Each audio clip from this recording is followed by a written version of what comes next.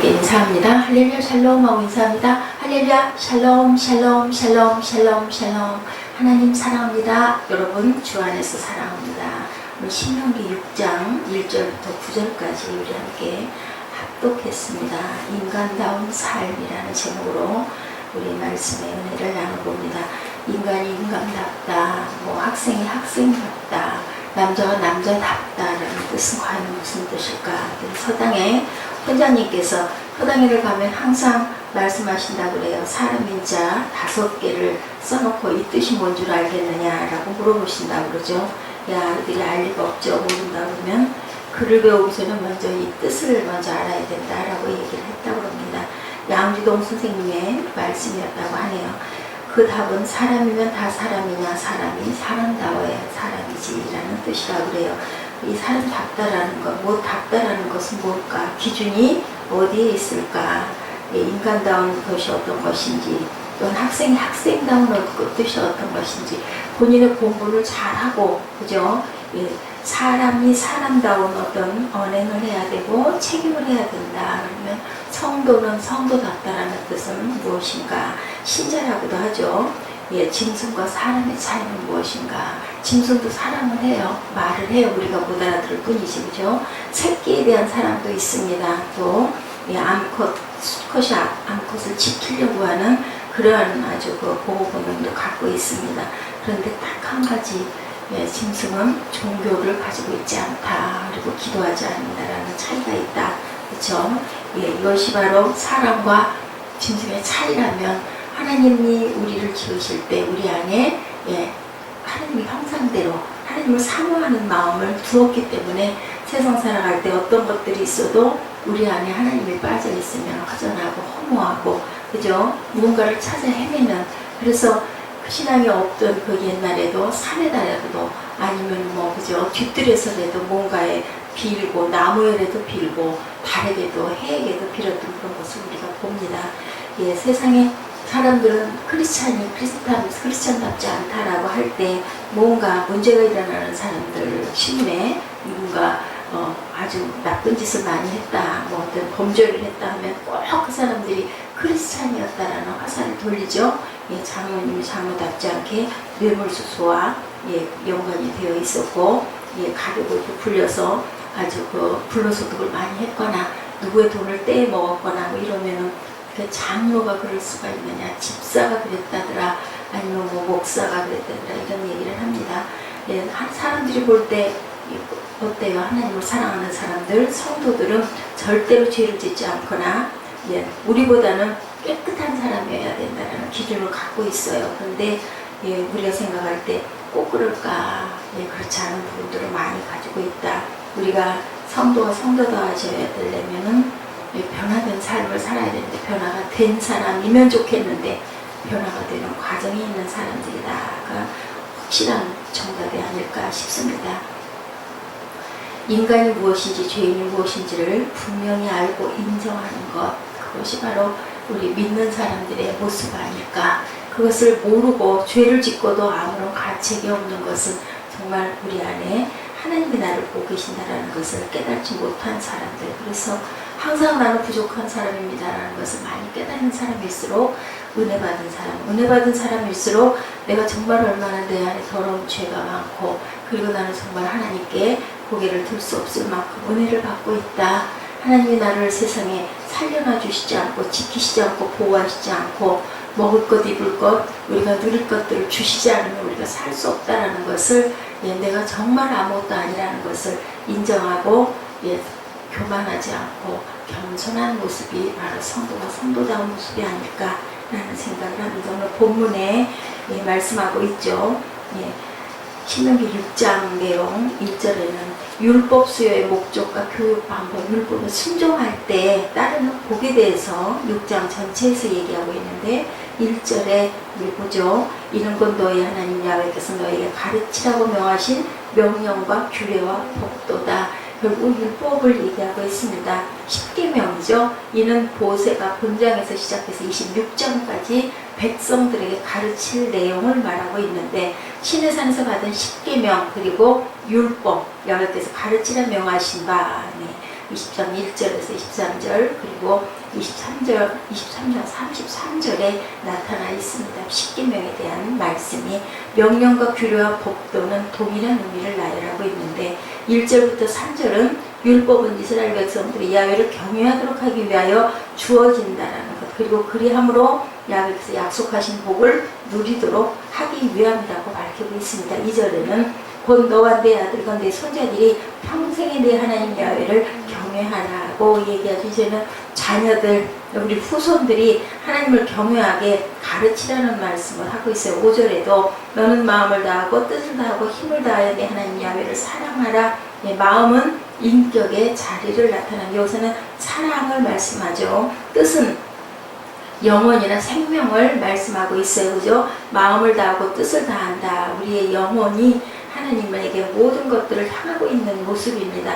그리고 힘을 다하라. 힘은 뭐예요? 움직이는 거죠. 활동하는 것. 전인격적으로 생명을 다 바치듯 힘을 남기지 않고 하나님 야훼를 사랑하라는 말씀을 하고 있습니다. 여호와 하나님을 경외하라는 명령이죠. 하나님을 향한 성도의 사랑은 오직 하나님께만 집중되어 있어야 된다. 방향이 하나님을 바라봐야 된다. 결론은 하늘을 바라봐야 된다. 우리 하나님을 늘 마음으로 정말 사랑하는 마음을 가져라. 4절부터 9절은 쉐마, 우리 알죠? 쉐마 이스라엘아, 들으라. 하나님을 사랑하라는 명령과 하나님의 계명을 누구에게? 자손들에게 가르치라는 명령으로 이루어져 있습니다. 하나님을 사랑하라 4, 5절까지, 그리고 자녀들에게 그 명령을 가르치라 6절에서 9절까지의 내용이죠. 6절 오늘 내가 네게 명하는 이 말씀을 너는 마음에 새기고, 그래서 말씀을 마음에 새긴다는 것은 하나님의 말씀과 의미하는 바가 한 개인의 사상과 삶의 원리가 되어야 된다. 그래야 범죄의 길에 들어서지 않는다고 시편 119편 9절과 11절에도 증거하고 있습니다. 한 개인이 무엇을 보고 듣느냐는 것은 그 사람의 운명을 판가름한다. 하나님을 경외할 것과 구체적인 표로 말씀에 순종할 것을 가르치라고 말씀하고 있습니다. 제 인생에서도 보면 가장 잘한 것이 하나님 아는 것. 그것이 언제예요? 나이가 들고 청년이 돼서가 아니고 아주 어린 날 아무것도 모를 때 하나님을 좋아했던 것 같아요. 그냥 교회 가는 게 좋았어요. 교회 가서 앉아있으면 왜 이렇게 아주 그거 정말 시골스럽고 조그맣고 지금 생각하면 아주 초라한 그런 마룻장에 그냥 꿇어 앉아있고 그 찬송가 풍금이죠. 풍금 치면서 뭐 그 악보가 어디 있어요. 그죠? 넘기는 큰 습자지에다가 대나무 이렇게 나무에다가 만들어가지고 큰 책이죠. 그걸 세워놓고 한 장씩 넘기면서 찬송하는 게 그렇게 좋았고, 전도사님 말씀이 그렇게 좋아서 그분들은 정말 사람이 아닌 하나님과 같은 사람이다. 이렇게 존경하고 좋아하고 무조건 가는 걸 좋아했던 게 제 인생이 제일 잘한 일인 것 같다. 중요한 거 뭘 알았을까요? 그 애가 아무것도 모르죠. 뭐 성경을 알았겠습니까? 뭐 기도를 얼마나 했겠습니까? 그냥 좋아한 것, 하나님을 바라본 것, 그게 하나님께서 나를 지켜주신 결정적인 이유가 되고 원인이 됐다. 물론 악한 자들도 하나님을 바라보시죠. 그런데 찾는 자들, 경외하는 자들, 사랑하는 마음을 갖는 자들을 하나님께서는 정말 사랑하시죠. 그냥 우리 부모하고 자녀 관계 생각해보면 우리가 짐작이 갑니다. 10절에서 15절은 이스라엘을 향한 야훼의 언약적 사랑을 배신하여 하나님을 진노하게 하며 질투하게 하는 일이 없도록 질투하는 하나님이다. 그러시죠? 그리고 신은 꼭 하나, 유일한 신이다라고 말씀하고 있습니다. 16절에서 19절은 야훼를 시험한 사건인 출애굽기 17장의 르비딤 사건을 예로 들어 야훼를 시험하거나 의심하는 태도를 버릴 것을 교훈하고 있고, 20절에서 25절은 율법을 자신들만 듣고 순종할 뿐 아니라 후대 자손들에게 교육하여 계승할 의무가 우리에게 있다라고 깨우쳐주고 있습니다. 이런 내용의 신명기 6장의 핵심적인 메시지는 야훼를 경외하고 사랑하는 것이 율법의 전부다. 신약에 오셔서 예수님이 말씀하신 것 딱 두 가지죠. 하나님을 사랑하고 그리고 내 이웃을 사랑하라. 성도의 하나님을 향한 사랑은 추상적인 것이 아니라 율법이라는 매개체를 통하여서 어떻게 구체적이고 객관적으로 표현되어야 한다라는 거죠. 그렇기 때문에 하나님을 사랑한다고 하면서 말씀에 불순종하는 것은 거짓말이다 라고 사도 요한은 역설합니다. 요한 1서 2장 9절, 3장 15절, 4장 20절에 증거합니다. 하나님을 향한 성도의 사랑은 구체적이어야 하는데 이게 바로 계명을 준수하는 거다. 그죠? 우리 기준을 가지고 있어요. 그래서 우리는 어려울 일이 없어요. 계명대로만 열심히 그 방향을 향하여 매일매일 조금씩이라도 달려가고 부정하지 않고 부정한다는 것은 아니다라고 생각하지 않고 그것을 바라보고 그리워하면서 경외하는 마음으로 살아가는 성도들의 모습을 하나님은 사랑하신다. 대단한 일을 해서 훌륭해서 똑똑해서 무슨 지혜가 많고 학식이 많아서 사랑하는 게 아니에요. 아무리 못났어도 나를 따르고 나를 사랑하고 나밖에 모르면 그저 무조건 좋다, 오케이. 율법이 기준이다 라고 말씀합니다. 첫째로 율법은 인간으로 하여금 인간다운 모습에서 얼마나 멀어져 있는가를 우리에게 깨달아 알게 하는 기준이다. 율법은 그대로 지키라고 하기 전에 내가 어떤 모습인지를 비추어보고 깨달을 줄 아는 것이 율법이죠. 그래서 율법으로 우리가 의로워질 수는 없어요. 거울이죠. 어떻게 의로워집니까? 예수의 피로 회개함으로 우리가 깨달아 알므로 그리고 방향을 바꿈으로 우리가 의롭다 하는 말씀을 듣는다라고 우리가 항상 입술로 고백합니다. 구원이 없으면 의롭다 칭함을 받을 수가 없다. 구원이라는 건 내가 죄인이라는 걸 인정했을 때 구원이 임하죠. 이게 가장 중요하다.